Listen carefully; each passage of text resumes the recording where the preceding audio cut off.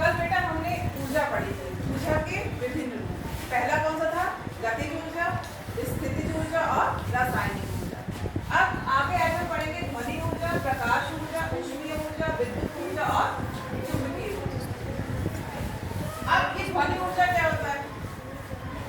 ध्वनि द्वारा कान के पर्दे में कंपन होने के कारण ऊर्जा उत्पन्न होती है। सपोज जैसे मैं इसमें बोल रही हूँ, ठीक है, तो आपको कानों से सुनाई दे रहा है, ठीक है।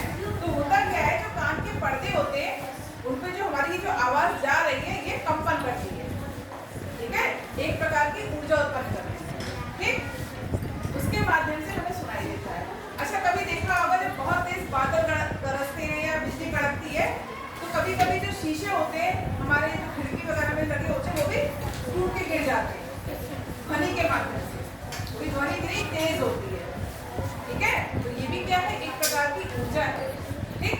इससे क्या सिद्ध हुआ, अगर आपके कांच के दरवाजे टूट रहे हैं तो इससे सिद्ध ये हुआ कि ध्वनि में क्या है, ऊर्जा है, यानी कि ध्वनि के कार्य कर रहे हैं। समझ आई बात? नेक्स्ट क्या है हमारा?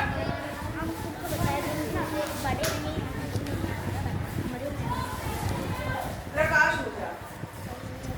प्रकाश में कहाँ से प्राप्त होता है बताओ? सूर्य से प्राप्त होता है, ठीक। और प्रकाश भी क्या है, एक प्रकार की ऊर्जा है। फिर से हमें प्रकाश, ये हम कल बता चुके हैं कि प्रकाश संश्लेषण की क्रिया के द्वारा पौधे अपना भोजन बनाते हैं। प्रकाश कहाँ से लेते हैं? सूरज से लेते हैं, ठीक। और ये प्रकाश पौधों की वृद्धि के लिए भी उतना ही आवश्यक है।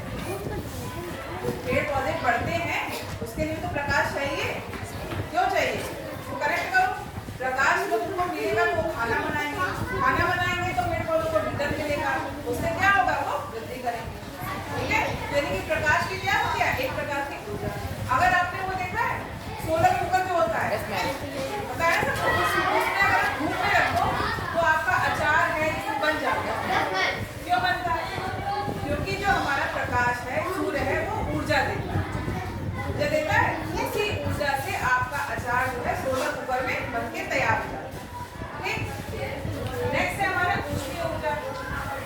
पानी के उबलने से भाप बनता है और भाप ढक्कन को धक्का देता है।